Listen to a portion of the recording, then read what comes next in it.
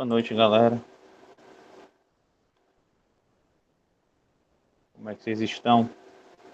Boa noite a todos. Vitor Constantino. Policácio, Marco Aurélio, Tatiane, Vitor,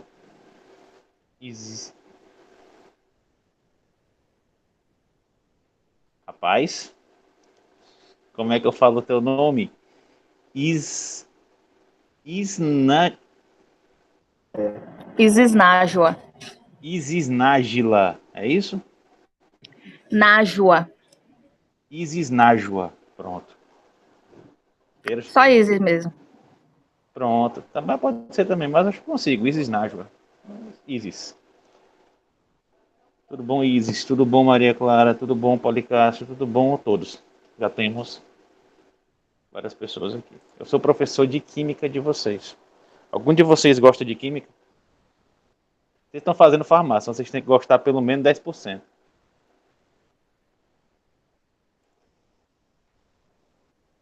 Hein, galera? Olha aí, a Morgana. Pois é, galera, vocês vão ficar comigo pelo menos 2 anos e meio. Não, acho que só 2 agora, são só 4. Então, só pelo menos 2 anos vocês vão enjoar do meu rosto. Certo, galera? É o seguinte, o que é que eu peço de vocês? A única coisa que eu peço, pelo amor de Deus, participem da aula, certo? Eu não peço que ligue câmera, até porque às vezes a conexão fica lenta pra caramba, mas participem com áudio, se tiver dúvida, e participem com o chat, tá bom? Eu tenho o meu celular aqui aberto, eu consigo ver algumas mensagens de chat, beleza? E qualquer dúvida, perguntem, certo? Principalmente porque essas aulas são gravadas agora e elas ficam disponíveis para vocês. Então, qualquer dúvida que vocês venham a ter, vocês vão ter o acesso depois dessas dúvidas para quando vocês quiserem ver, tá beleza? E a gente vai começar já. Eu acredito que durante a acolhida e durante as aulas na semana, os outros professores introduziram a vocês tudo sobre projeto de extensão e etc e tal, correto? Como é que vai ser a extensão de vocês, como são as atividades, como são as notas. Vocês estão a par disso aí? Está tudo tranquilo com vocês em relação a esse ponto?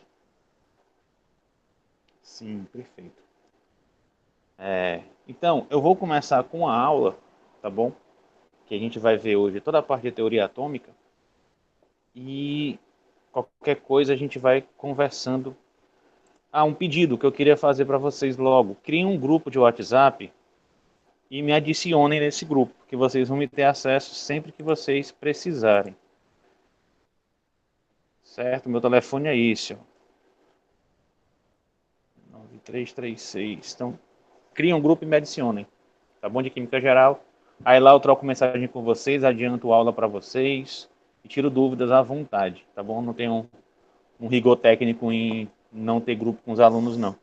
Até porque a gente está numa situação virtual, vocês não vão ver minha cara tão rápido e a gente menos conversa mais diretamente pelo Zap. Beleza? Alguma dúvida, pessoal?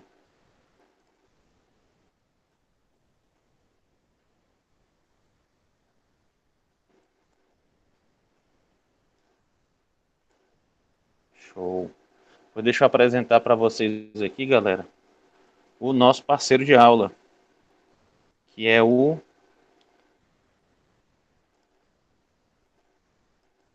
Lockdown, beleza? Eu criei esse bonequinho aqui porque normalmente quando a gente está em aula online ninguém conversa comigo, então eu fico falando sozinho. E como eu falo sozinho, eu comecei a ficar meio esquizofrênico de ter que alguém me pergunte alguma coisa. Então, se vocês não perguntarem nada, o Lockdown vai perguntar. Beleza? Mas também não se acanhem. Vocês podem perguntar no lugar do Lockdown sem problema nenhum. Então sejam todos bem-vindos, certo? Nós vamos estudar o que hoje, professor? Nós vamos estudar a teoria atômica e a estrutura eletrônica do átomo, certo? Eu vou passar relativamente rápido pela teoria atômica, porque é uma questão muito conceitual, basicamente conceitual. Mas, se vocês não entenderem algum conceito, por favor, perguntem. É só mandar aqui no chat ou falar, certo? Podem falar que eu paro na mesma hora.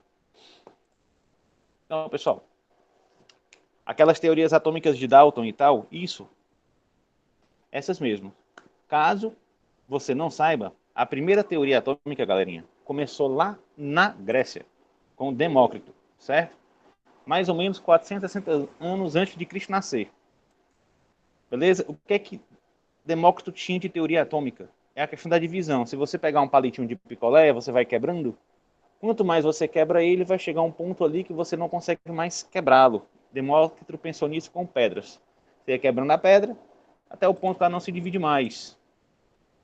Certo? Aí você tem a questão do átomo, ou seja, da não divisão, certo? A, esse Azinho de negação, e toma a divisão. Então, não divide.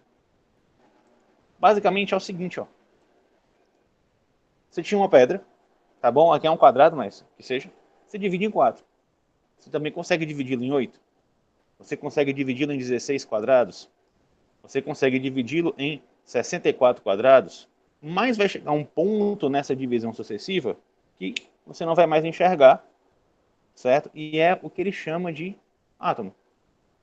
Belezinha? Seria a menor unidade da matéria. Só isso, era só um pensamento filosófico. Você não tinha experimentação científica nenhuma. Na verdade, o método científico nem existia. Ok? E onde é que Dalton entra nessa história toda? Que é o pessoal conhece mais o modelo atômico de Dalton, aquele mais clássico, que é o que a gente mais usa também na química básica. Certo? Uns 2.400 anos depois da ideia de Demócrito, é que Dalton aparece com seu modelo atômico. Certo? Demorou pra caramba, mas valeu a pena. Dalton chegou à mesma conclusão que Demócrito, certo? Que o átomo era indivisível. Você ainda não tinha aqui os conceitos de partículas subatômicas. Então, para Dalton, o átomo também era indivisível. Só que ele completou a teoria atômica. Ele completou a ideia da indivisibilidade do átomo. Certo? E ele começou a pensar. Os elementos são partículas pequenas, esféricas, maciças e indivisíveis, parecendo uma bola de sinuca. Certo? Aí vem até o nome do modelo atômico dele, que é o modelo da bola de bilhar. Certo? Tipo átomo de hidrogênio. Só que isso, galera, é a casca da teoria. Isso é o básico. Qual é o modelo atômico de Dalton? Ah, que o átomo é indivisível, maciço, esférico e pequeno. Mas existem os seus postulados. Ele começou, ó. Os átomos de cada elemento são únicos, individuais e idênticos, possuindo mesma massa, dimensão e propriedades. O que é que ele quer dizer com isso? Ele quer dizer que os átomos de hidrogênio, todos os átomos de hidrogênio que existem na natureza, eles são iguais. Eles são do mesmo tamanho, eles têm a mesma massa atômica, certo? E as mesmas propriedades. Todos são átomos que estão em estado gasoso. A gente conhece o hidrogênio. A gente pegar o gás, o átomo do cloro, no meu exemplo aqui, seria uma bola verde maior que o átomo de hidrogênio. Todas essas bolas verdes seriam a mesma massa e todas elas formariam o gás cloro. A mesma coisa para o oxigênio, a mesma coisa para qualquer elemento que exista. Vocês entenderam a ideia? Esse primeiro ponto, esse primeiro postulado é que os átomos são iguais. Suas características são iguais. As suas massas são iguais. Certo? Átomos de cada elemento. Eles são diferentes entre si, mas são iguais entre eles. Ficou claro isso ou ficou confuso?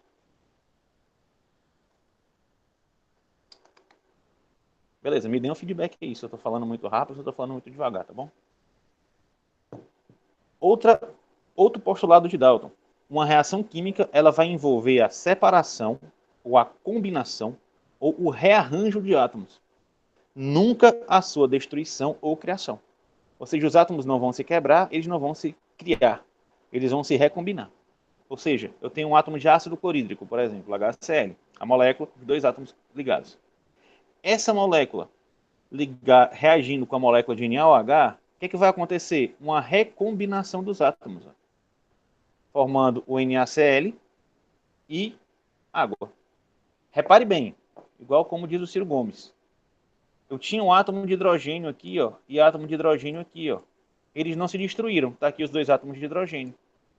Eu tinha um átomo de oxigênio aqui em vermelho. Ele está aqui de volta. Eu tinha um átomo de...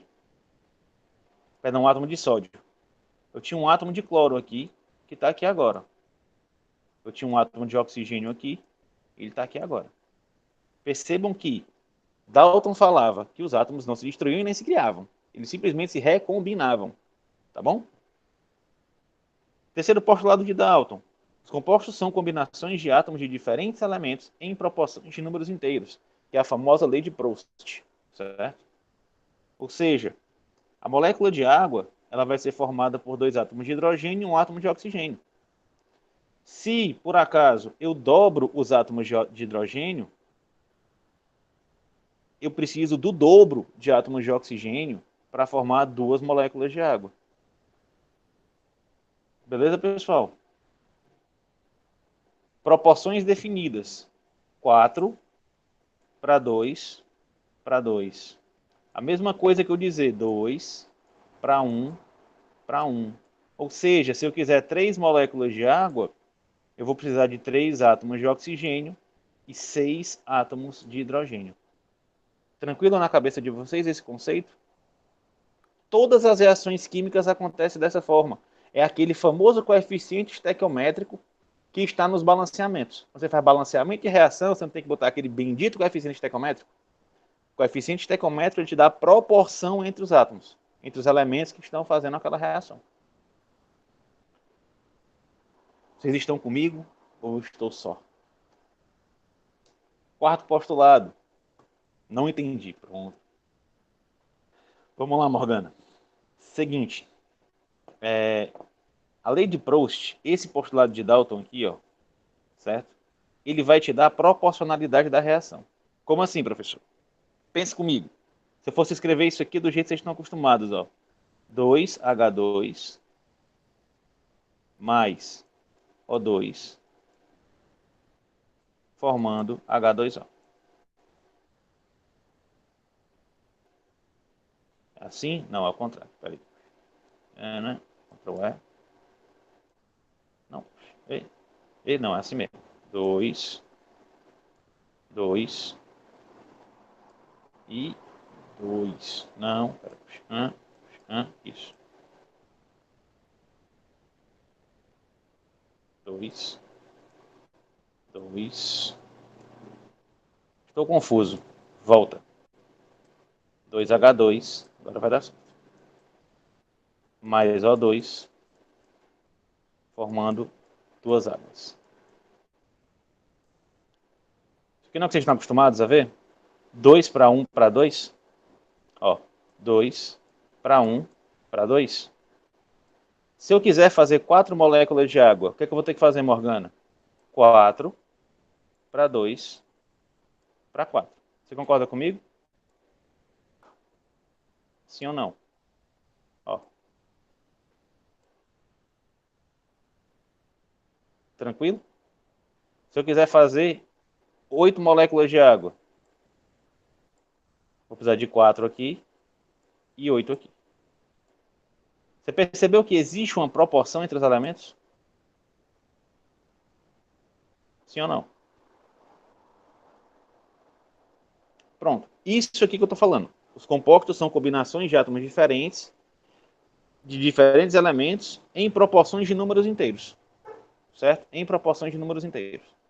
Ou seja, existe uma proporção entre o átomo de hidrogênio, o átomo de oxigênio e o átomo de água. Qualquer reação química é assim. Qualquer reação química. Você pegar o HCl, a reação de neutralização, HCl mais NaOH, formando NaCl mais H2O. Vou abrir aqui a cara do lockdown. É 1 para 1 para 1 para 1, se você for fazer o balanceamento. Então, essa é a proporção entre os elementos. Certo? Ficou claro agora, pessoal? Tranquilo, Morgana? Você ainda está com alguma dúvida?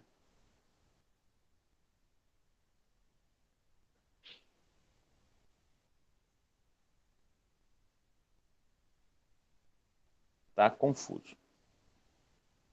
Que parte? O que você não está conseguindo entender? Vamos ler de novo aqui com calma. Os compostos, certo? São combinações de átomos de diferentes elementos em proporções de números inteiros. Da proporção. A parte da proporção está confusa. Vamos lá. Deixa eu fazer um exemplo da sua casa. Se tu quiser fazer um sanduíche de queijo, tu vai precisar de 2 pães e uma fatia de queijo. Concorda comigo? Sanduíche de queijo basicão. 2 fatias de pães e uma fatia de queijo. Pegou a ideia? Isso aqui vai dar um sanduíche de queijo. Se tu quiser fazer 2 sanduíches de queijo, tu vai precisar agora de 4 pães e 2 fatias de queijo. Não é não?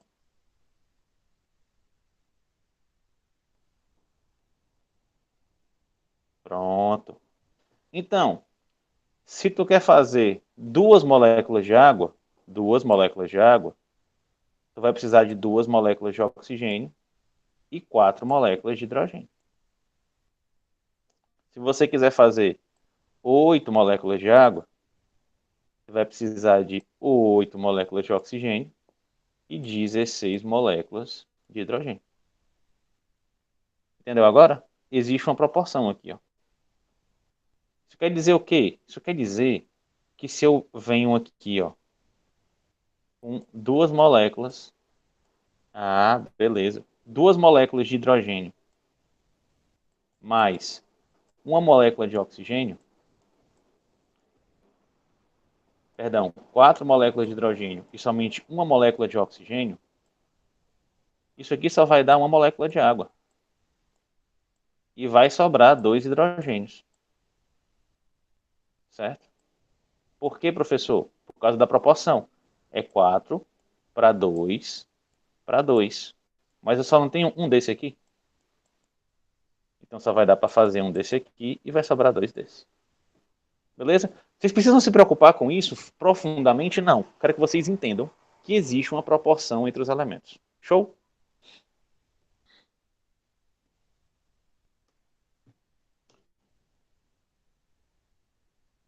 Certo? O que é que ele fala também? O último postulado dele. Ao combinar a mesma massa de um elemento com diferentes massas de outro elemento, formam-se compostos diferentes. Ou seja, ele vai fixar um elemento, ó.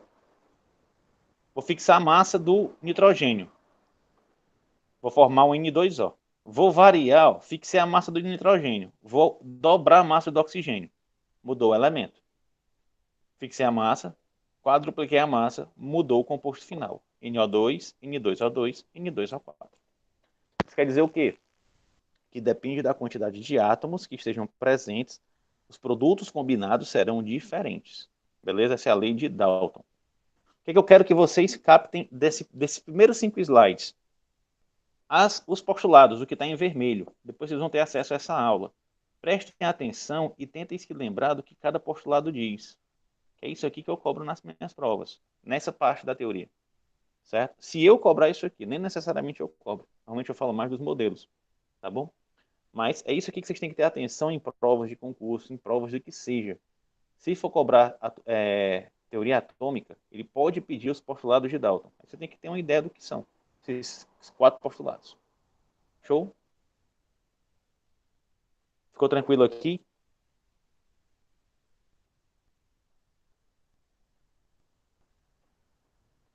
Beleza. Tudo isso, professor? Dalton é tudo isso. Agora vai ficando mais fácil. Presta atenção. Beleza, então. Mas a gente sabe, e vocês sabem, que o átomo não é indivisível. A gente já sabe que existe elétron, existe próton, existe nêutron. Se você for mais fundo, tem up quark, tem down quark. Tem uma porrada de coisa que o átomo se divide. Sim, a Dalton não sabia disso. Certo? Quem veio perceber que o átomo é divisível, que existem partículas chamadas partículas subatômicas, foi Thomson, quase 100 anos depois. Bom, já foi mais rápido que de Demócrito para Dalton. Foi, mas o que é que Thomson estava estudando? Uma coisa chamada de tubo de raio catódico, galera. Tubo de quê? De raios catódicos. O que era isso? Era um tubinho mais ou menos assim, pessoal. Você tinha aqui um painel fosforescente, certo? Um cátodo, uma partícula de carga negativa, um cátodo, perdão, que vai e um ânodo. O cátodo vai se reduzir, o ânodo vai se oxidar. Beleza? Você ligava aqui uma corrente elétrica. O que é que Thomson percebeu? Esse tubinho aqui que ele estava, pessoal, ele era no vácuo. Aí vocês sabem que no vácuo, em tese, não tem nada, né? Vácuo. certo? Então aqui dentro não era para ter nada. O que é que teria dentro desse tubo? Somente o cátodo, o ânodo, que era um metal qualquer, e o cátodo, que era um metal qualquer. Pela teoria de Dalton, o átomo era indivisível, certo? Ou seja, se esses compostos não se dividem, esses metais aqui, formados por átomos, não se dividem, independente do que eu fizesse dentro desse tubo, não era para mim ver nada. Concorda comigo? Se ele não se divide, eu ia ficar com o cátodo ali, o ânodo ali, e tudo parado. Não é não? Só que, perceba, o que aconteceu? Quando dava uma descarga elétrica, ele observou um raio que saía do cátodo e se dirigia para o ânodo. Por isso que ele chamou de raio catódico. Ou seja, era um raio, uma partícula que queimava aqui no painel fosforescente. Ou seja, alguma coisa estava se desprendendo do átomo e estava indo para o painel. Agora, imagine se você espera que não aconteça nada e acontece um troço desse. É sem doido. Então tem que estudar. Vamos estudar. Será que essa partícula se desvia? Aí quando ele coloca uma placa de carga negativa, ela se afasta da carga negativa. Quando ela bota uma carga positiva, ela se atrai para a carga positiva, tendo desvios em função da carga. Caramba! Então existe uma partícula menor que o átomo, já que ela se dividiu do átomo, que é repelida por carga negativa e atraída por carga positiva. Aí vocês sabem, pessoal, que os opostos se atraem. Não é isso? Os opostos não se atraem? Cargas positivas vão atrair cargas negativas, enquanto cargas negativas vão repelir cargas negativas. Não é isso? Ou seja, ele chega na conclusão que essa partículazinha subatômica, ela é negativa. E deu o nome desta bendita de elétron. Beleza? Então o que é que ele concluiu? Ele concluiu que o átomo não é uma esfera maciça, já que ela se divide. Certo? Ele é formado por uma esfera positiva, foi a ideia dele, que o átomo era todo positivo, mas incrustado nesse átomo, pregado nesse átomo, você tinha partículas de carga negativa. Que ele deu a ideia do pudim de passas, certo? Como se fosse assim, ó. Os elétrons como se fossem passas dentro de um pudim de passas. Que é um panetone. Mas foi a imagem mais representativa que eu achei. O modelo é pudim de passas, tá bom? Não é panetone de passas. Ok, pessoal? E ele conseguiu calcular a carga do elétron, mas isso aqui não é tão importante não agora, você saber o valor exato. Vocês só vão lembrar o seguinte, a carga do elétron é -1, certo? E a massa a carga é -1, daqui a pouco eu falo disso de novo, e a massa é igual a 0. Os valores que vocês vão considerar. Dúvidas no modelo de Thomson? Ficou tranquilo? Gostaram da animaçãozinha? Deu para entender legal?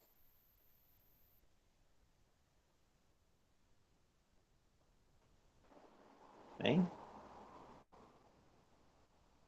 Show. Então, simbora. Que louco. É louco. Entendi. Mas esse modelo de pudim de passas não tem nada a ver com o modelo que a gente já sabe de hoje em dia, que o elétron fica rodopiando ao redor do átomo, não é isso? A gente sabe já, galera. Então, estou só revisando a história com vocês. Realmente não tem nada a ver, mas pouco tempo depois, 14 anos depois, Rutherford fez uns experimentos bem legais com folha de ouro e partículas radioativas. O que ele fez? Ele pegou um emissor de partículas alfa, que é uma partícula radioativa, certo? E essa partícula alfa, olha a característica dela, ela tem carga positiva. Beleza? Essa partícula alfa, ela tem outra característica legal, ela tem massa, ela é densa. É como se fosse um pedaço de uma pedra, certo? Uma pedra, ou uma bala, se você preferir essa analogia. O que o Rutherford fez? Ele pegou uma folha de ouro bem fininha, onde você poderia supor que você tinha só uma fileira de átomos, tão fina que era a folha de ouro, e ele disparou essas partículas alfa sobre a folha de ouro. Agora eu quero que vocês façam um exame de pensamento e se imaginem no lugar de Rutherford, com os conhecimentos que você tinha na época. Se você acredita que o átomo, modelo de Thomson, ele é uma esfera positiva, o que era para acontecer com essa partícula alfa de carga positiva quando ela fosse em direção à folha de ouro? Era para atravessar a folha ou era para ela bater e voltar? Me digam aí. Se coloquem no lugar de Rutherford. Vocês iam esperar o quê?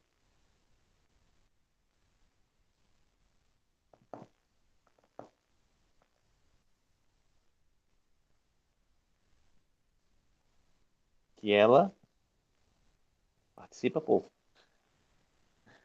Que ela batesse e voltasse. O átomo não é positivo?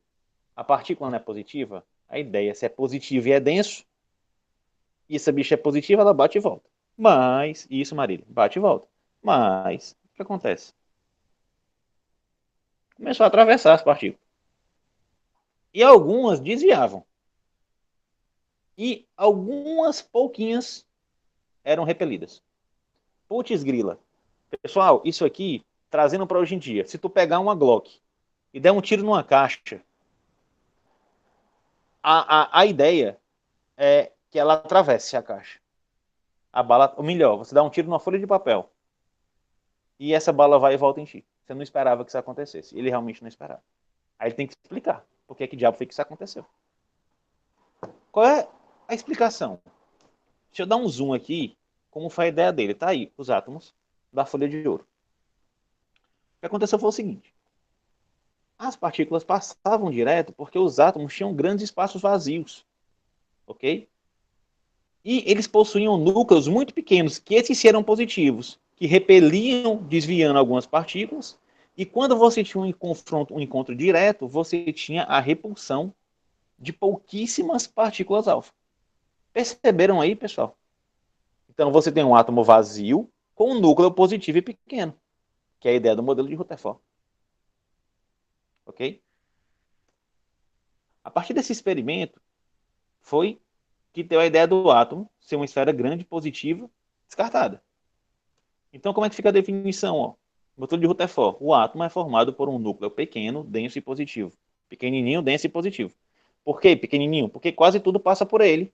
Quase nada bate e volta.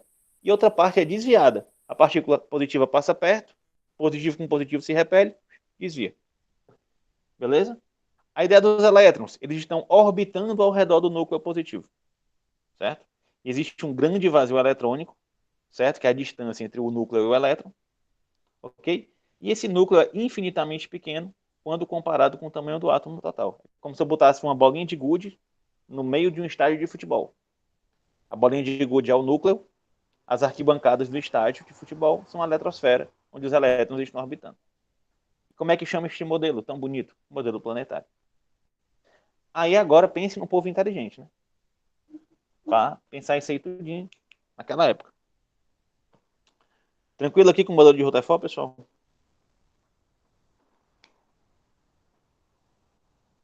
Tranks? Show.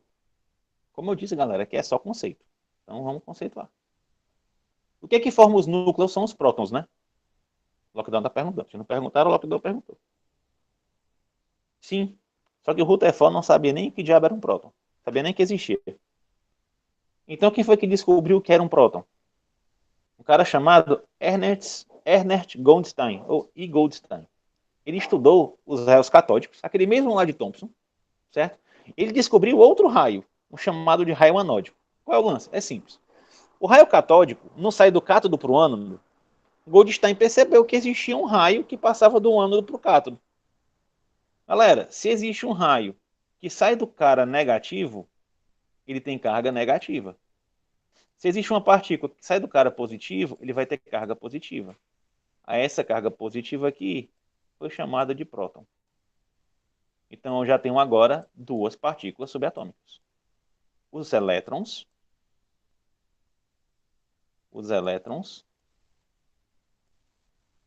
e os prótons. Tranquilo?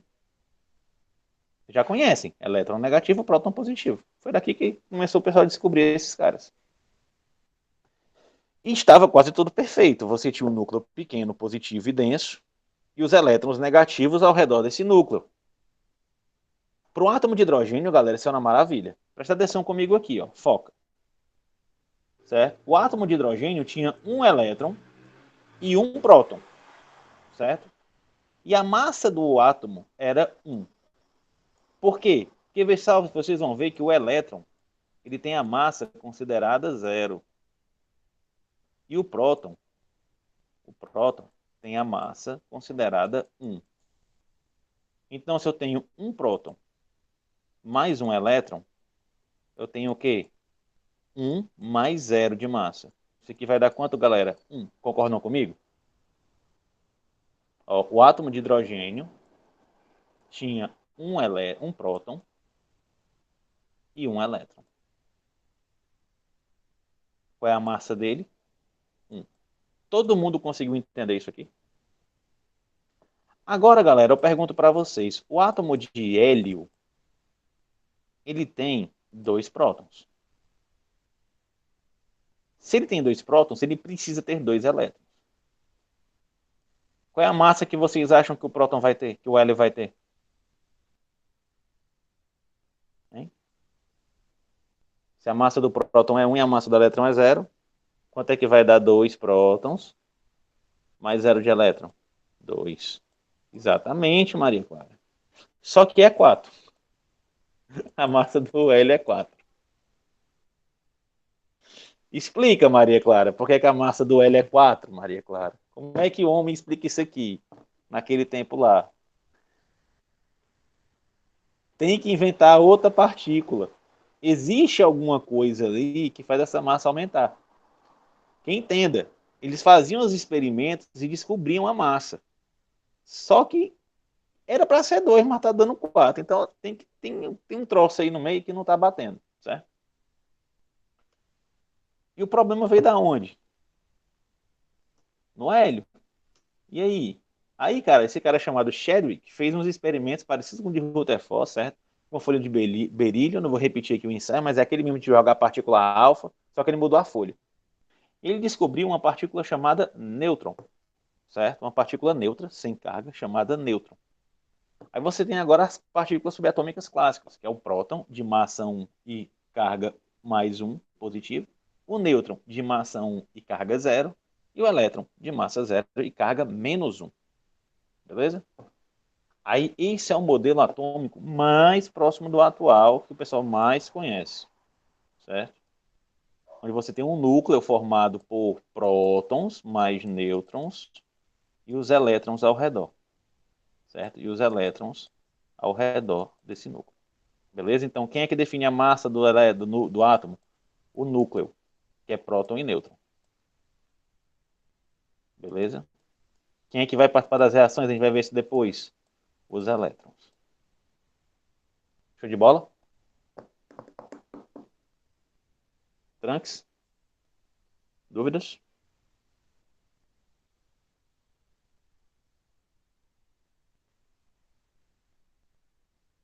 Recapitulando tudo desde o começo. Repete, bem rápido. Tranquilo.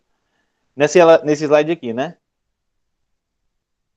Deixa eu apagar aqui o que eu escrevi.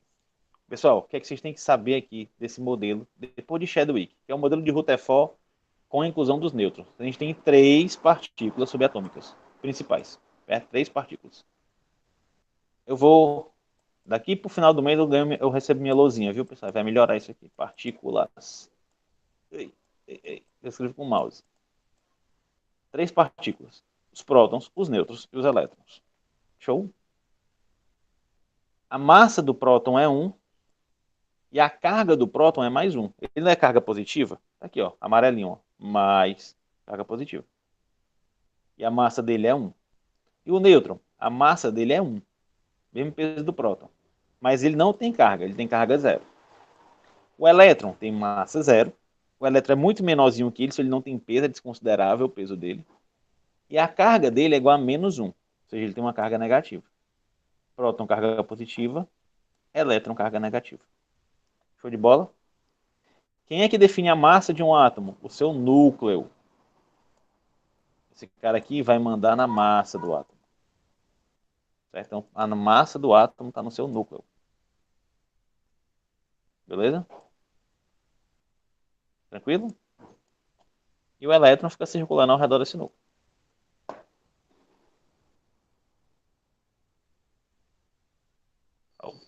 Deu certo aí, Morgana? Era isso que eu só que eu repetisse mesmo? Ou ficou mais claro? Ou tá com alguma dúvida específica? Show. Pronto. Um dos problemas, pessoal, do modelo de Rutherford qual era? Existiam problemas. A física clássica. Ixi, como assim? Galera,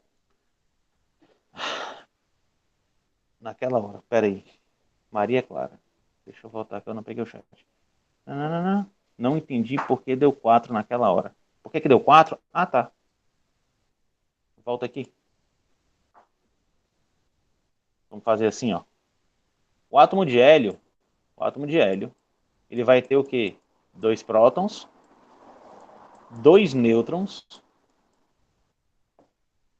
2 nêutrons e 2 elétrons. Ah,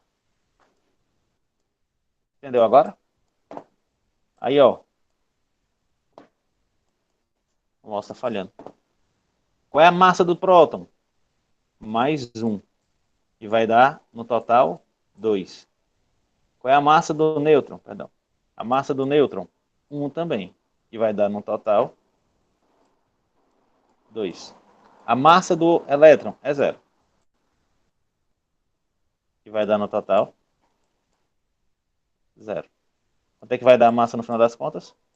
4. Tá bom? Por causa do nêutron.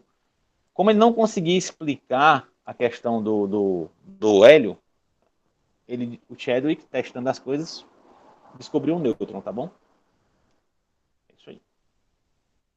Certo? E voltando lá para Rutherford. Um dos problemas aqui, cara, era a física clássica. Como assim? Para o modelo de Rutherford dar certo, o elétron tem que ficar orbitando permanentemente ao redor do núcleo atômico. Certo? Só que a física clássica diz o seguinte: à medida que um objeto acelera, ele gasta energia para se mover. Como ele gasta energia para se mover, ele perde velocidade, então a tendência é que ele espiralize até encostar no núcleo. Acontece isso aqui, ó. Vai espiralizando. O problema é que quando o elétron encosta no núcleo, acabou-se tudo. E aí, tá ok? Como nós estamos vivos para falar alguma coisa, isso pode significar o quê? Que o elétron não vai bater no núcleo. Como é que você explica, então? E como é que ficou depois? Passam uns 2 anos, aí veio o Bohr, que é o modelo atômico dos mais atuais, tá bom? E utilizou a teoria de Planck, atrelada à teoria de Einstein, para desenvolver um modelo quântico. Vixe, Einstein e esse cara aí, não sei quem é, deve ser doido esse negócio. Cara, deixa só eu resumir para vocês. Eu não quero aprofundar, porque vocês vão ver isso mais fundo em físico-química. Planck considerava que a energia só podia ser em quantidades fixas. Ou seja, a energia de onda, ela só existe em quantidades fixas. Ou é 5, ou é 10, ou é 20. Você não tem 6, 7 ou 8. É 5, 10 ou 20. É níveis de energia. Certo? Isso de forma contínua, ou seja, não varia. Isso era completamente contra o pensamento da época. Ou seja, Planck começou a pensar na física quântica, na química quântica junto com Einstein. Então, antes tudo era clássico. Tudo era mecânica clássica, agora você começa a entrar na mecânica quântica. Por isso que eu não quero aprofundar. Tá bom? Quero só que vocês entendam o que era a ideia de Planck. Energias fixas. Beleza? Como assim, professor? Seguinte, o que é que Bohr pensou? O Bohr, na época, ele estudava uma coisa chamada de espectros de linhas, certo? Que certos átomos formavam quando a luz era difratada. O que diabo é difração de luz? O arco-íris. Quem foi que nunca brincou tomando banho de mangueira no meio do sol? Pegava assim a ponta da mangueira, apertava com força para ficar aquela névoazinha e botava na luz do sol e você via o arco-íris. Quem foi que nunca fez isso? Diga aí no chat. Duvido que vocês tenham feito. Ou então, depois de um dia nublado, quando começa a sair sol, você olha para o céu e vê o arco-íris. É, também fazia muito, Morgana. O que é que você está vendo? Você está vendo a difração da luz. Que é isso aqui, ó. Você tem uma lâmpada qualquer, um prisma, que quem funciona aqui como prisma é as gotas d'água, da nossa fala. O feixe de luz, que é a luz do sol, e ela difrata, ela se separa, a luz branca, ela se separa nas cores do arco-íris, nas cores primárias, né? Vermelho, amarelo, verde, até o violeta. Beleza? Ou seja, a luz do sol tem todas as cores. O que é que Bohr estava estudando? Ele estava estudando a lâmpada de hidrogênio, por exemplo, ele percebeu o seguinte: quando você pegava o hidrogênio, uma lâmpada, enchia de gás hidrogênio, jogava eletricidade nela, ela começava a brilhar, emitir luz. O gás hidrogênio, que só tinha átomo de hidrogênio, começava a emitir luz. Quando essa luz passava no prisma, em vez de você ter uma difração completa e ver todos os níveis do arco-íris, o que é que você via quando você jogava o feixe de luz? Linhas bem específicas. Em vez de você ver todas as cores, você via 4 cores. Vermelho, verde, azul. Esse que eu inventei as cores, tá bom? Mas veio 4. Ou seja, caramba, se a luz do sol pega o arco-íris todinho, por que é que diabo que essa luz só faz 4 linhas? Tem que explicar esse negócio. Certo? Mas isso era só com átomo de hidrogênio? Não, galera. Qualquer elemento químico, se você faz ele puro, emitir luz, quando você difratá-lo, você vai ter linhas específicas. É quase como se fosse impressão digital. Cada elemento tem a sua linha, beleza? Então pensem nisso. Cada elemento tem a sua linha. Como é que você explica por que elementos têm linhas específicas? A linha do sódio é diferente da linha do hidrogênio. Se você pegar qualquer elemento químico, vão ser linhas diferentes. Por quê? Como explica? Aí Bohr tentou explicar. Como? Teoria de Planck. Que a energia é fixa. Certo? O que é que ele pensou? Os elétrons orbitam ao redor do núcleo. Lá, Rutherford já estavam rodando ao redor do núcleo. Só que você tinha aquele problema de... Você não conseguia explicar porque tudo não se destruía, já que era para desacelerar as coisas e era para o elétron bater no núcleo em algum momento. Mas isso não acontece. Vai lá, bota tentar explicar. Os elétrons orbitam ao redor do núcleo. Cadê minha pontinha? Ah, deixa eu fazer com um negócio que eu peguei um programinha para vocês. Espera aí, cursor highlight. Ficou melhor, né? Ó. Vocês estão vendo a bolinha amarela aí? Localizar o mouse na tela. Certo? Os elétrons orbitam ao redor do núcleo em órbitas de energia definida.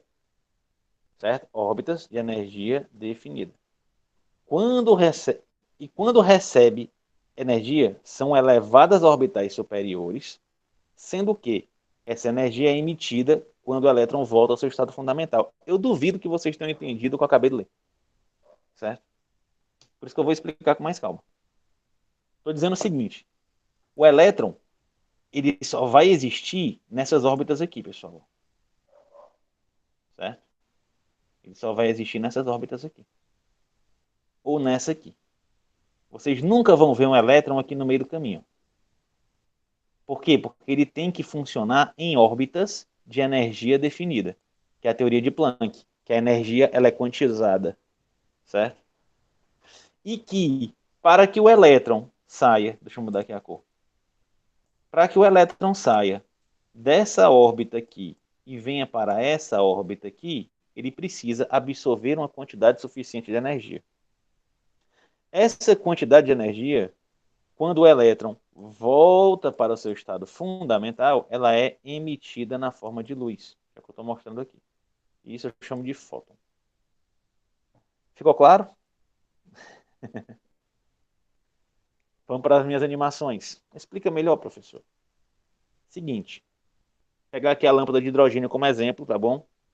Imaginem um átomo de hidrogênio, onde eu tenho, ó, 1, 2, 3, 4 camadas aqui para cima. O que acontece quando eu jogo energia? Eu jogo energia, eu tenho uma excitação do elétron, ele emite luz e volta. Aí eu vejo a primeira linha. Emito de novo, volto mais energia, eu vou ver a segunda linha. Outra quantidade de energia, eu vou ver a terceira linha. Quanto maior a quantidade de energia, maior a elevação. Ou seja, eu vou saindo, ó, de órbitas de menor energia para outra, para outra, para outra. Cada absorção de energia dessa, quando o elétron volta, ele vai emitir. Ficou claro para vocês? O que é que vocês têm que pegar aqui, ó? Modelo de Bohr, energia fixa. Cada camada tem uma quantidade de energia específica para ela. Nem Ou é 5, ou é 10. Nada de 6, 7, 8 ou 9. Vocês entenderam, galera? Senão eu explico de novo.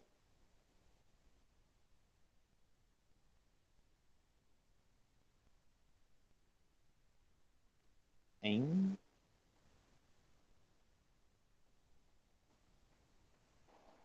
Show. Easy show. Alguma dúvida? Explica novamente. Explica. Vamos focar aqui, ó. O que eu quero que você pegue principalmente, Policastro? Que essas órbitas aqui, ó. Vou chamar essa aqui de, ó, 1, 2, 3 e 4.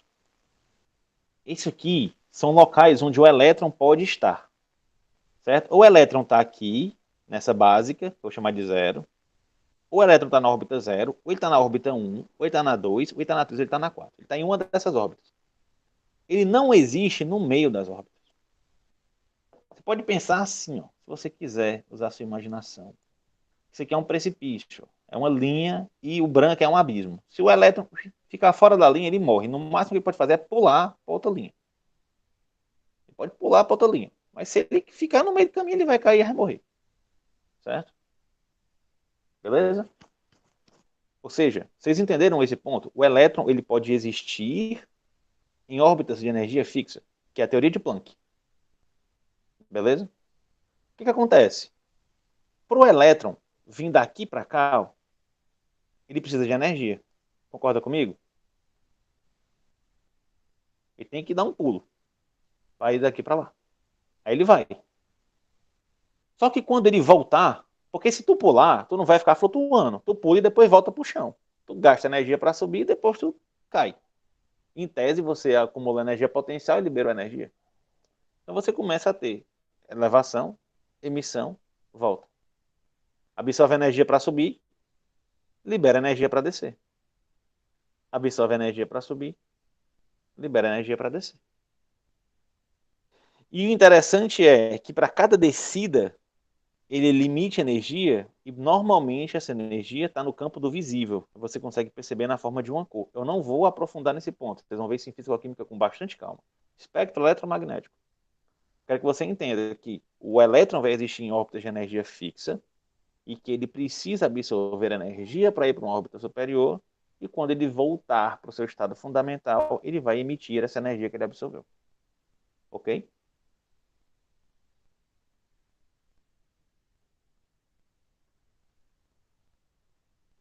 Tranquilo, galera? Show.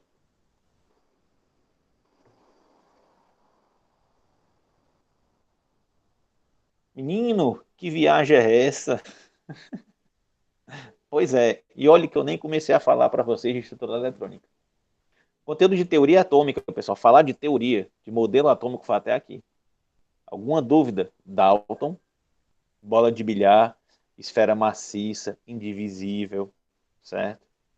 Thomson, pudim de passas, esfera densa, esfera positiva com elétrons incrustados nele que são liberados.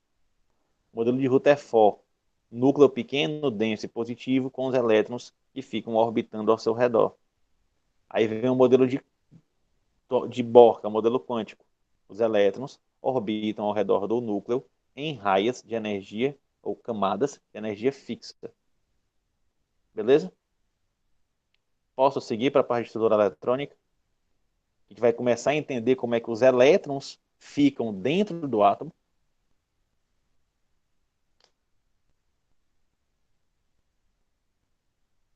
Lembrando que quem tiver já com a mão na cabeça, entrando em desespero, pensando, meu Deus, o que é que eu estou fazendo da minha vida? Vocês me têm à disposição no WhatsApp, vocês têm essa aula gravada também, então dá tempo de vocês reverem, verem de novo, verem mais uma vez, e podem me perguntar à vontade. Posso seguir? Ou vocês querem que eu volte a algum ponto específico?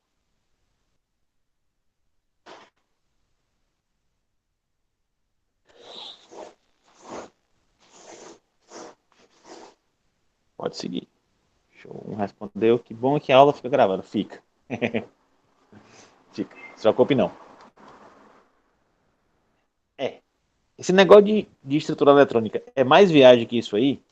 Não, não é mais viagem. certo? É mais tranquilo, se você quiser usar sua imaginação. Vamos lá, pessoal, vamos começar a entender isso aí. O modelo atômico de Bohr não distribuiu os elétrons em camadas? Não tinha as camadas? Cada elétron vai existir em uma camada, certo? Onde cada camada consegue suportar o número limitado de elétrons, certo? Então, ó, o elétron tem camadas, tá aqui o átomo, o núcleo, e cada camada dessa consegue suportar um número X de elétrons, certo? E essas camadas são especificadas por uma letra, normalmente, que são a camada K, L, M, N, O, P e Q. Por quê? Não sei. Mas são as letras começando do Q para frente no alfabeto. Do K para frente. Ou você pode chamar de camada 1, camada 2 até a camada 7, certo? Esse, pessoal, é uma coisa chamada de número quântico principal. Número quântico principal. Certo? Que é em relação às camadas. Ou seja, a camada 1 é o número quântico principal 1, o N1. A camada 2 é o N2. A camada 3 é o N3. E assim sucessivamente. Tranquilo no que é o número quântico principal? Eu volto nele já já. Mas tranquilo aqui? O que eu quero que vocês entendam é o seguinte: os elétrons eles podem ser identificados dentro do átomo. Imagine que o átomo é uma cidade. Conseguem imaginar isso? O átomo é uma cidade.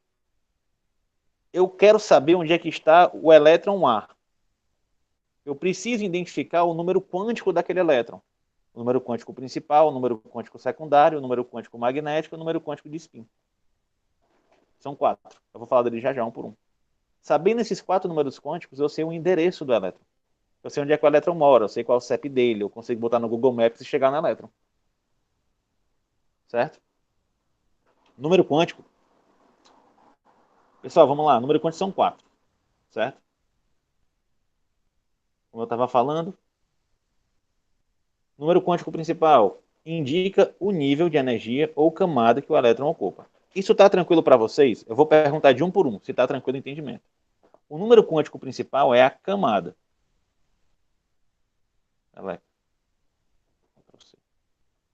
É a camada. Está aqui o núcleo, as camadas. Beleza? Esse é o número quântico principal. Posso acreditar que vocês estão entendendo? Camada 1, camada 2, camada 3, camada 4, camada 5 até a 7, ou a camada K, L, M, N, O, P. Aqui. É o N, tá bom? Tá, a rocha. Agora vamos ver o número quântico azimutal, ou número quântico secundário. Pronto. Isso aí, Morgana. Número quântico indica o quê? A região no espaço da camada que é ocupada pelo elétron. Enquanto que o número quântico principal te diz a camada, o azimutal, o L, ele vai te dizer em que canto da camada ele está. É como se tu tivesse assim, aqui em Fortaleza, tá bom? Eu moro no bairro Rodolfo Teófilo, essa é a minha camada. Só que eu moro na rua Papi Júnior. É o azimutal. Entenderam? Pegaram aí? Ou então, sei lá, eu moro no bairro Meireles. Esse é a minha camada. Na rua Torres Câmara. Esse é o meu azimutal. É a posição no espaço. Show? O número quântico secundário, que é esse aqui, ele vai indicar o subnível ou o orbital, que é a rua, em que o elétron ocupa no átomo, certo? E ele é determinado pela seguinte fórmula, N-1. Não se preocupem com isso, com fórmula, tá bom? Ele vai ter as letrinhas, a letrinha S, a letrinha P, a letrinha D ou a letrinha F. S, P, D e F, certo? E a letra S tem o número 0, a letra P tem o número 1, a letra D tem o número 2 e a letra F tem o número 3, certo? Facinho de decorar, mas se quiser pensar na fórmula, na camada 1, pessoal, qual vai ser o número quântico secundário? Na N-1, vai ser quanto? 0. Na camada 2, eu vou ter quem? Eu vou ter o N menos 1. Quanto é 2 menos 1? É 1 e o 0.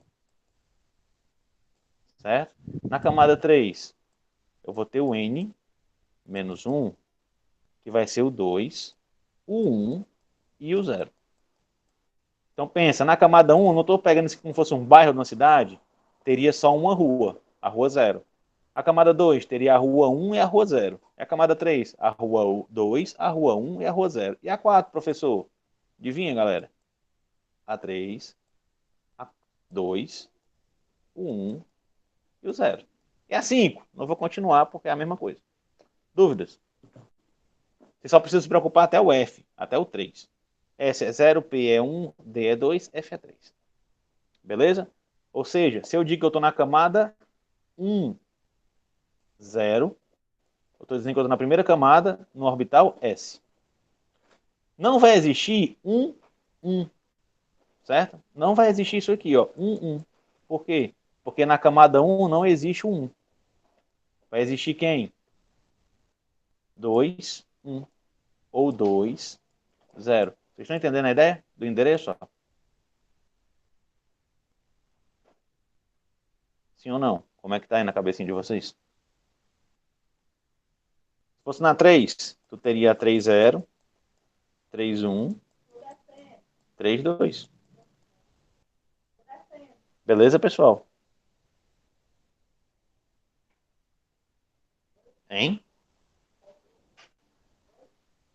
Show, vou seguindo. Próximo. O número quântico magnético. Beleza? Então, vamos lá. Vamos na nossa analogia. A camada, nível quântico principal é o bairro e o secundário é a rua. O magnético, ele vai te dizer a posição no espaço. Ele vai te dizer a casa da rua.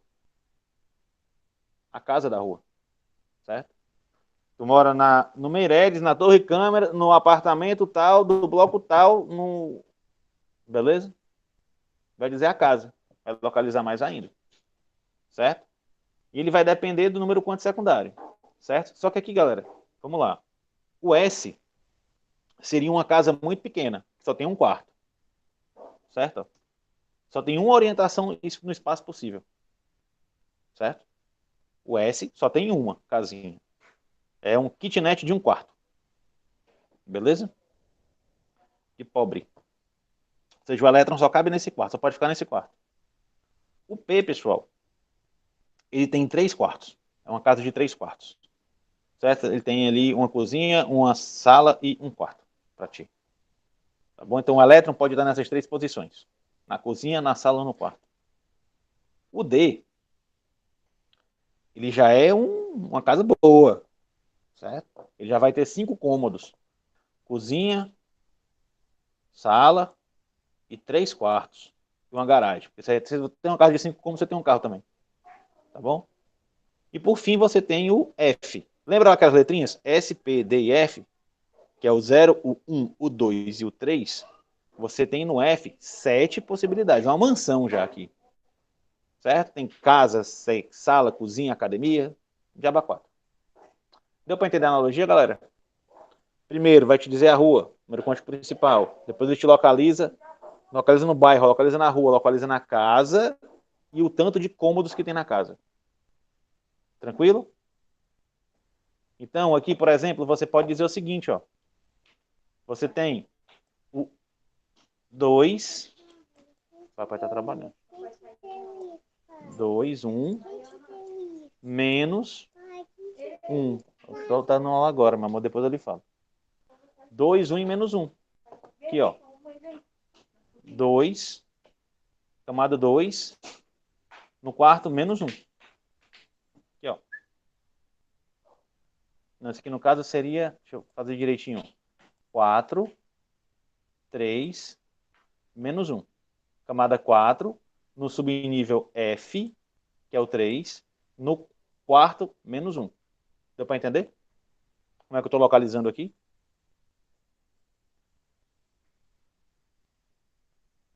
Não. Deixa eu voltar para o primeiro que tu vai entender. Vou voltar aqui, ó. Você está entendendo essa analogia que eu estou fazendo do endereço, né? Ó, subnível, primeira camada, vai ter o subnível 0, né? O L não é N menos 1, então só pode ter o 0. Concorda comigo? Alexa, volta. Ctrl E. Concordam comigo? 1 e 0. 1, 0, 0. Porque ele vai estar no quarto 0. O elétron vai estar aqui. 1, 0, 0. Só tem essa possibilidade, você não tem outra possibilidade de ler essa. Não dá para ter 1, 0, menos 1. Não tem, é 1, 0, 0. Certo? Agora, se eu vim para o P é uma casa maior, um kitnet, certo? Vamos lá. Eu vou ter que, para mim existir o P, eu tenho que ter pelo menos o 2. Nível principal 2. 2. Aí pode ser 0, certo? 2, 0. E o, vamos lá, de novo. Certo? Deixa eu pegar só aqui mesmo. 2, 1, que já existe um 1. E agora aqui eu tenho três possibilidades. Eu posso estar no quarto menos 1, posso estar no quarto 0, ou posso estar no quarto mais 1. O elétron pode estar aqui, aqui ou aqui. Entenderam? Se eu disser que ele está no 0, eu estou garantindo que o elétron está aqui, nesse quarto. Se eu disser que ele está no menos 1, eu estou garantindo que ele está aqui. Beleza?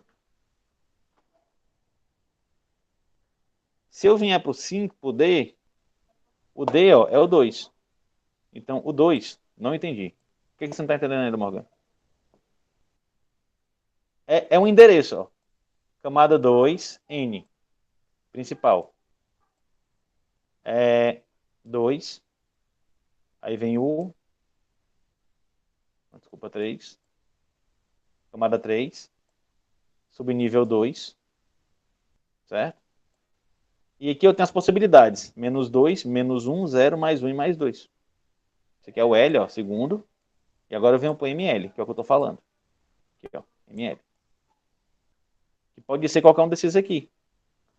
Ou seja, eu estou na terceira camada, 1, 2, 3. Esse meu elétron, ele vai estar na terceira camada, em um subnível 2, que é o D, certo? Só que ele está em que quarto? Ou ele pode estar no menos 2, no menos 1, no 0, no mais 1, no mais 2.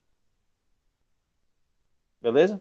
Vamos com calma, que isso aqui não é tão importante. Eu quero só que vocês entendam a existência deles. Tá mais ou menos claro? Eu vou para a parte que importa já já. Beleza? Vocês entenderam a analogia? O N vai te dizer a camada. O primeiro número vai te dizer a camada.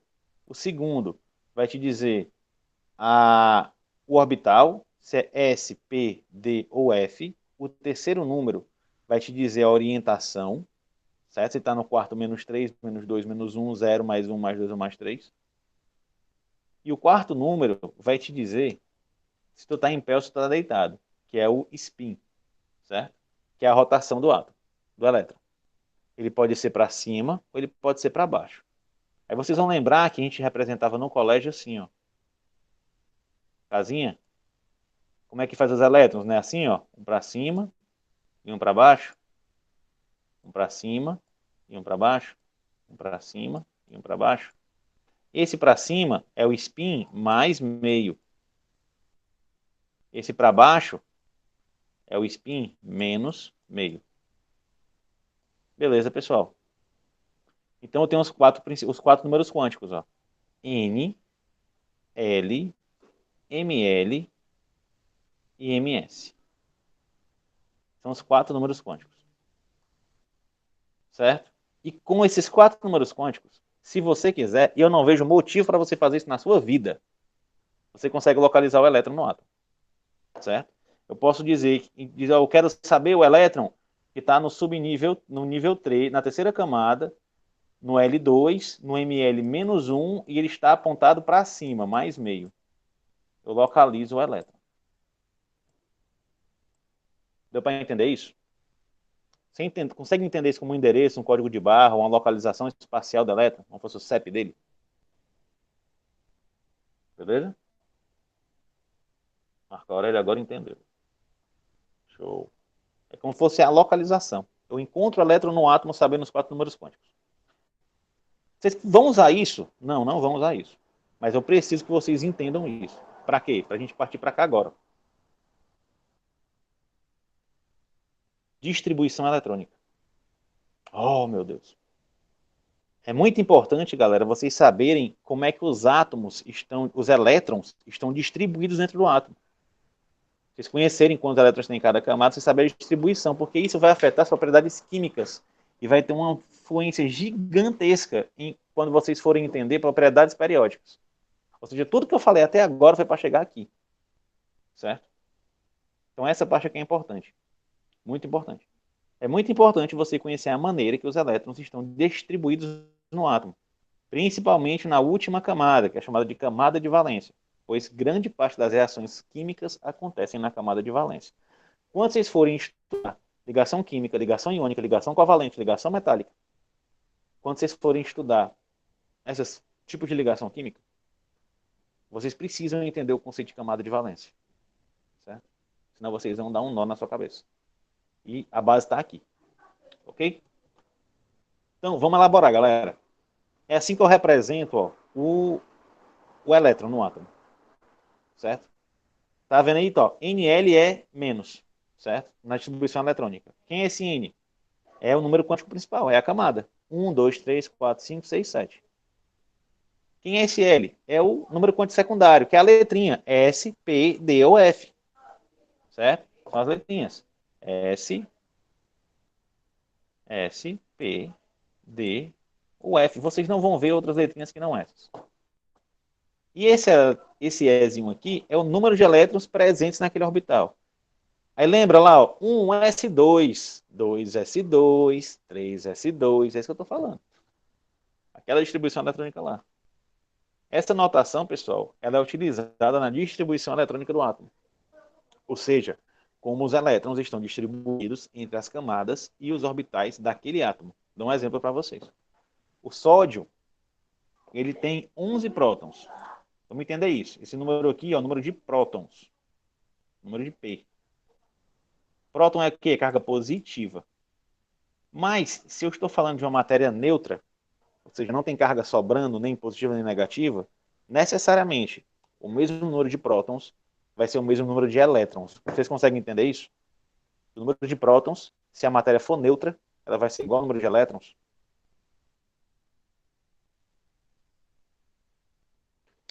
Hein?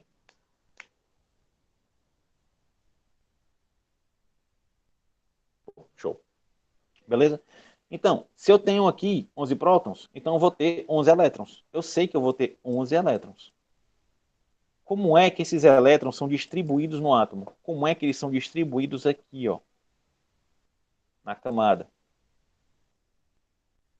Aí eu começo, ó, um S2, ó, no número quântico, na primeira camada 1, nos orbitais S, tem 2 elétrons. Aí acaba. Na camada 2, eu tenho 2 elétrons no orbital S e 6 elétrons no orbital P. E na camada 3, eu tenho 1 elétron no orbital S. Foi os 11, ó. 2 mais 2, 4 mais 6, 10. Mais 1, 11. Pessoal, essa é a ideia da distribuição eletrônica. Vocês entenderam a ideia? Que eu vou ensinar já já como é que você faz a distribuição. Mas essa é a ideia. Tudo que eu falei, elétron, camada, S, P, D e F. E quantos cabem lá? Se vocês lembrarem, pessoal, o S, ele só tem um quarto. Que vai caber um elétron para cima e um elétron para baixo. O P tinha quantos quartos? 3 quartos.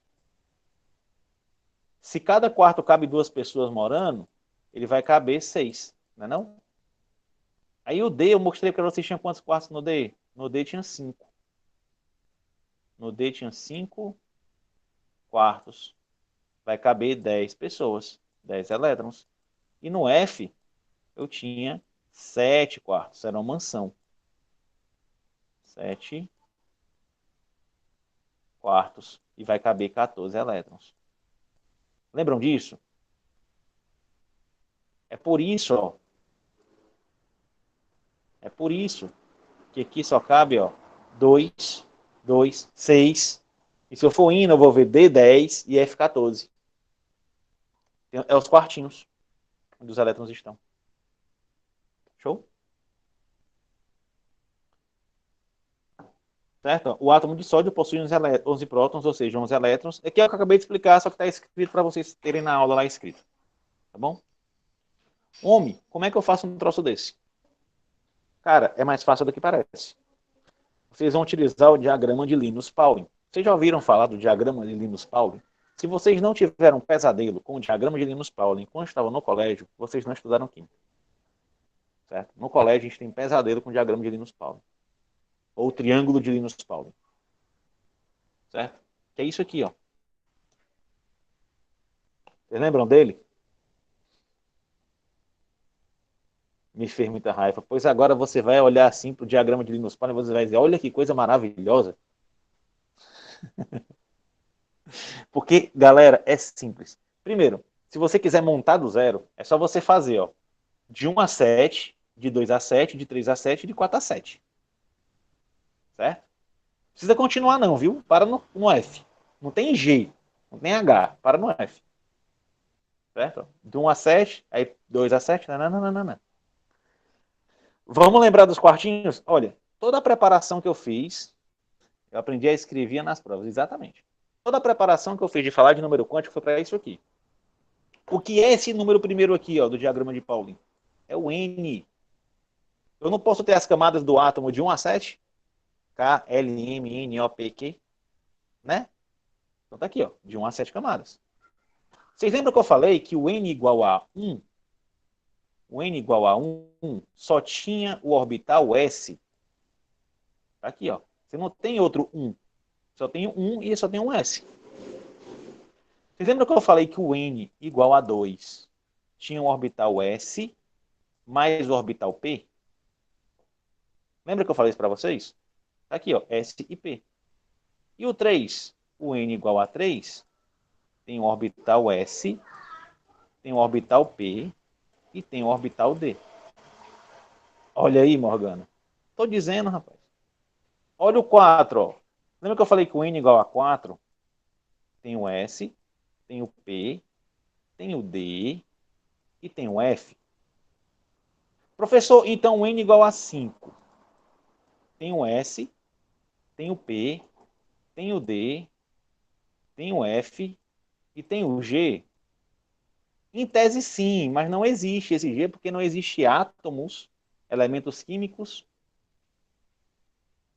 Uma mensagem aqui de chat. Não existe átomo que tenha elétron suficiente para preencher um G. Então você vai só... Meleca, apaguei tudo, desculpa.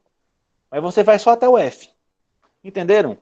Número quântico principal, o N, está aqui, ó. 1, 2, 3, 4, 5, 6, 7.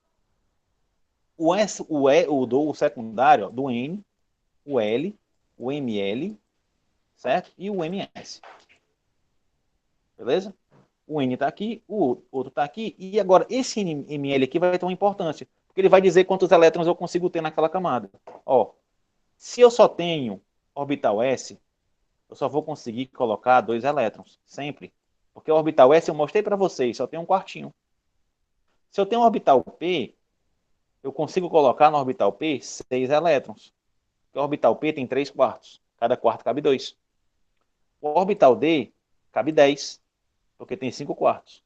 E o orbital F cabe em 14, porque tem 7 quartos. Tá aqui, ó. O número que vem em cima deles é o máximo de elétrons que cabe lá dentro. Show? Ou seja, na primeira camada, eu só consigo botar 2 elétrons no máximo. Na segunda camada, eu boto 8. Na terceira camada, eu consigo botar 18. Na quarta camada, eu consigo botar 22. É 22? Não, 32. Se eu quiser ir somando. Não precisa saber disso não, tá bom? Mas cabe 32, ó, na quarta camada, porque tem 2 orbitais, tem 2 elétrons no quartinho S, tem 6 elétrons no quartinho P, tem 10 elétrons na casa D, tem 14 elétrons na casa F. Entenderam a ideia geral desse diagrama? Agora, como é que eu uso? Vocês vão usar ele em diagonal. Como assim? Assim, ó. Então, o primeiro cara que vai ser preenchido vai ser o 1S. O segundo vai ser o 2S. O terceiro vai começar do P, ó, na diagonal. P e S. Ou P e S. ou DP e S. Aí eu vou falar uma frasezinha de um aluno meu que eu achei massa. Olha o decoreba, galera. Sol, sol, pôr do sol, pôr do sol, depois do pôr do sol. Aí aqui o F é foi depois do pôr do sol. Beleza? Sol, sol, pôr do sol, depois do pôr do sol, depois do pôr do sol, foi depois do pôr do sol. É os decorebas da vida. Beleza? Mas não precisa, sabe desenhar? É em diagonal, tá bom? O corte é em diagonal. E você vai preenchendo. Pessoal, como é que eu faço isso? Cloro 14, cloro 17. Se tem 17 prótons, eu sei que tem 17 elétrons. Então eu vou começar, ó. Um S2, ó. Um S2, 2S2, 2P6, 3S2, 3P6, 3P6. Mas, professor, só tem 17? Vamos lá.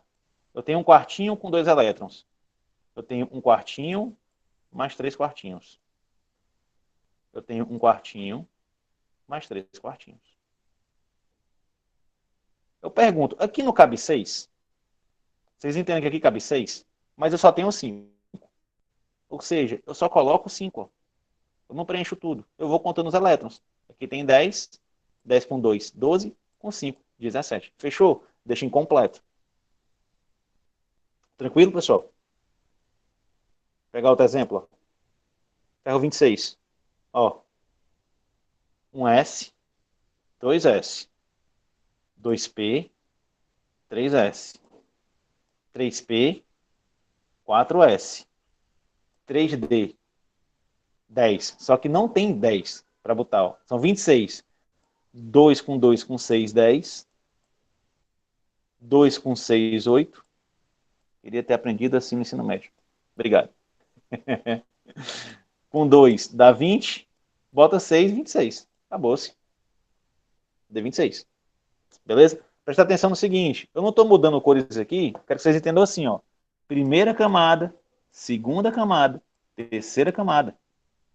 Ó, primeira camada, segunda camada, terceira camada, quarta camada, terceira camada. Aí, professor, diabo é isso aí? Não era para ser primeira, segunda, terceira e quarta camada? Por que que o S veio antes do D? A questão aqui é de energia, tá bom? Eu não vou aprofundar, mas quanto mais distante a camada, mais as energias dos orbitais vão se aproximando. E algumas acabam se distorcendo. Por isso que eu faço a distribuição em diagonal. E não, em vez de fazer assim, ó, que é por camada, eu faço em diagonal, que é energética, tá bom? Aí você, isso aqui não é um erro, ele é assim mesmo. O S, ele é menos energético do que o D, ok? Pegar o tungstênio, ó, tá aí, vamos lá. Ó, um S, 2S, 2P, ó, 2S, 2P, 3S, 3P, 4S, 3D, 4P, 5S, 4D, 5P, 6S, 4F14, 5D4. Parou aqui, ó. Se você somar, galera, até aqui, pessoal, vai dar 70. Aí você deixa os 4 incompletos. Tranquilo, galera? Vocês estão entendendo? Outra coisa, pessoal. Conselho de amigo. Treinem. Fazer distribuição eletrônica. Pegue um elemento e treinem fazendo na mão. Certo? Para quê? Para não se aperrear no dia da prova. Treinem. Façam em casa, façam algumas em casa. E você pega o jeito facinho, porque isso aqui é simples pra caramba, se você souber usar o diagrama. Agora, se você não souber usar o diagrama, você pode rezar, você pode ir para papai do céu, para mamãe do céu, que não resolve, beleza? Tem que saber fazer. Eu pensei que era mais difícil. Vocês também pensavam que isso aqui era mais difícil, sim ou não?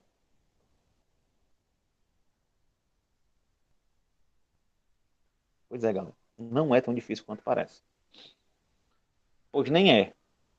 Agora, para finalizar, já tinha uma noção. Galera, todo mundo viu isso aqui no terceiro ano. Todo mundo viu isso no terceiro ano. Só que isso apavora muita gente. E é simples. Na verdade, ele é bem complexo, mas ele é simples de ser executado. Se você entender principalmente, certo? Preciso de passar duas regrinhas para vocês, pessoal, que é a regra de Rand e a regra de exclusão de Pauli. certo? O que é que diz a regra de Pauling? Ela diz que dois elétrons não possuem o mesmo conjunto de números quânticos, certo? Ou seja, quando dentro de um caixote, sempre um elétron está com um spin positivo e outro com spin negativo. Isso aqui, galera, nunca vai acontecer, ó.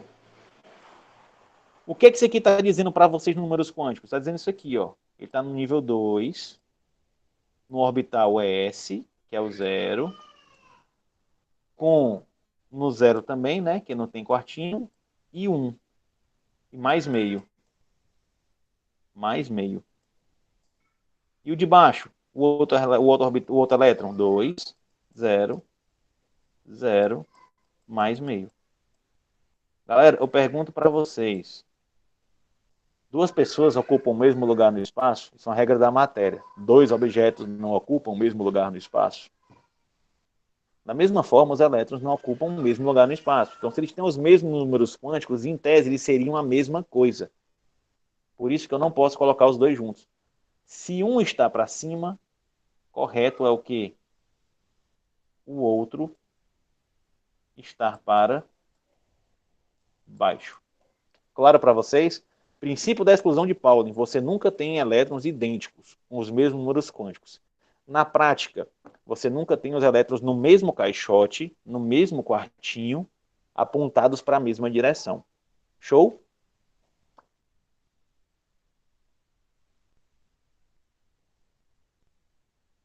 E a regra de Rand? A regra de distribuição de Rand diz que, primeiramente, ocupa-se todos os orbitais degenerados, que têm mesma energia, com elétrons desemparelhados. Eles ficam sozinhos no caixote, no quartinho, para depois emparelhá-los, se necessário. Tipo isso aqui, ó. Você está vendo como é que é o correto? Ó? Eu tenho 3 elétrons no P, ó. Um nesse, um nesse e um nesse. E aqui você tem todo mundo junto. Aí, galera, eu dou um exemplo bem bacana. Com menina, com mulheres, isso é tranquilo. Agora, com homens, eu pergunto para os homens que aqui estão. Certo? Se você tivesse, você e seu colega, para dormir num quarto de hotel e tem 2 camas de solteiro, vocês iam dormir na mesma cama ou cada um em sua cama?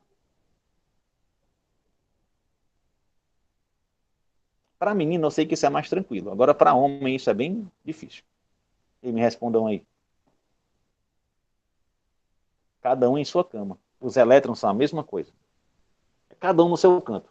Mas, vamos lá, se tem 3 colegas, 3 amigos, brothers, só tem 2 camas, não dá para dividir com um colega, não? De preferência, um dorme com os pés para cima e o outro dorme com os pés para baixo, para não ficar cara a cara. É ou não é, galera? Ou seja, é os elétrons. Se precisar, eles vão, se precisar, eles vão emparelhar, ficando um para cima e um para baixo. Mas se não precisar, eles preferem ficar cada um na sua caminha. Tranquilo? E agora? Vamos exercitar, mas antes eu quero voltar aqui no negócio com vocês. Eu vou voltar a falar disso na próxima aula, mas, ó, vocês estão vendo aqui o maior número quântico? Qual é? Nesse cloro aqui é o 3, não é? Ou seja, ó, primeira, segunda, terceira. Todo mundo consegue entender que essa camada aqui, ó, é a que está em roxo? É a roxa, ó. Tá claro para vocês isso? Hein? Essa aqui é a camadinha roxa? Pronto. Essa é a última camada ou camada de valência. Olha para cá, ó. Quem é o maior número? Não é o 4S? Não é o 4S? Então é como se eu tivesse, ó, uma quarta camada aqui, ó. Ela não é a maior camada, a mais externa. Então a camada de valência aqui, ó, é a 4S. Não é a 3D, tá bom, galera? É a 4S. É o maior número quântico principal. E aqui quem seria? A 6S, ó, que é o maior número quântico principal. Então a última camada, galera, não é essa aqui não, a 4F 5D não. É a 6S. É o maior número quântico principal. Combinado? A última camada é o maior número quântico principal. Beleza? Essa aula, esses slides, do jeito que eles estão aqui, eu vou passar para vocês no grupo que vocês vão criar e vamos mandar o link. Quando vocês mandarem, me adicionarem no grupo que vocês vão criar, eu jogo essa aula lá para vocês, o slide dela. Certo? Que faltam 5 minutos, não vai dar para me exercitar com vocês. Mas aqui tem uns exercícios, ó. Tem umas 4 questões para vocês brincarem aí, ó. Dos modelos, certo? Ó. Beleza? Só de pergunta e resposta e algumas distribuições para vocês fazerem. Aí você vai pegar a distribuição pela tabela periódica, tá bom? É só olhar o número de prótons, tá bom? Dela que tem na tabela periódica de vocês. Então, pessoal, muito obrigado pela atenção de vocês. Uma coisa importante, eu tenho um canal no YouTube. Não é propaganda, mas eu já tenho essas aulas gravadas lá. É lá que eu coloco minhas aulas. Eu não boto, não deixo no Google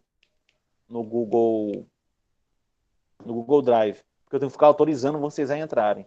Então, faço o upload disso para um canal do YouTube e fica mais fácil de você acessar, que é só dar play lá no vídeo do canal. Beleza? Então, quem quiser, se inscreve e deixa o like lá. Beleza? E aí, o que vocês acharam da aula? Me deem um feedback. Deu para entender? Não deu? Falei muito rápido, falei muito devagar. Sejam sinceros, que eu vou mudar a partir do que vocês me falarem. Sim, sim, show de bola, muito boa, muito obrigado. Como é que eu faço a minha chamada, galera? Vou fazer assim, ó, vai, e vocês vão digitar o nome de vocês completo, tá bom? Depois do meu vai. Aí eu consigo depois pegar a transcrição da aula e saber quem estava presente. Então agora vocês escrevem o nome de vocês completo. Isso, o nome do canal é Bruna Muni, não é Química de Cor. Química de Cor. Esse é o nome do canal. Já tem as aulas do semestre passado gravadas lá. Tipo, você, a aula que vem é a tabela periódica. Aí eu quero saber como é que vai ser o conteúdo da próxima aula. Eu vou lá e assisto o vídeo de tabela periódica. Entenderam? Já tem aula lá do semestre passado de tabela periódica, tem tudo lá. Eu não deletei as aulas ainda, mas ainda vou deletar essas aulas. Tá bom?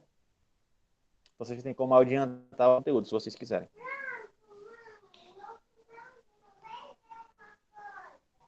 Pronto, já me adicionaram ali no canal. Show, show, show. Deixa eu passar ali a aula para vocês.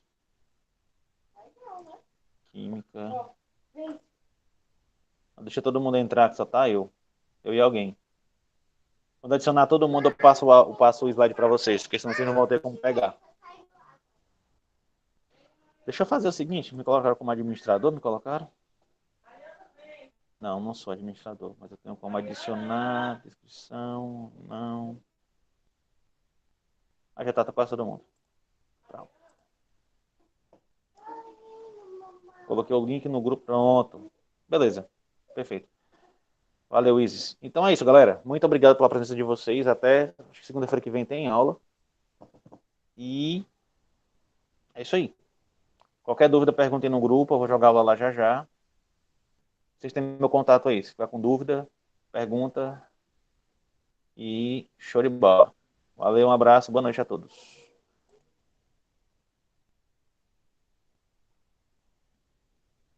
Vou parar a gravação desse troço aqui.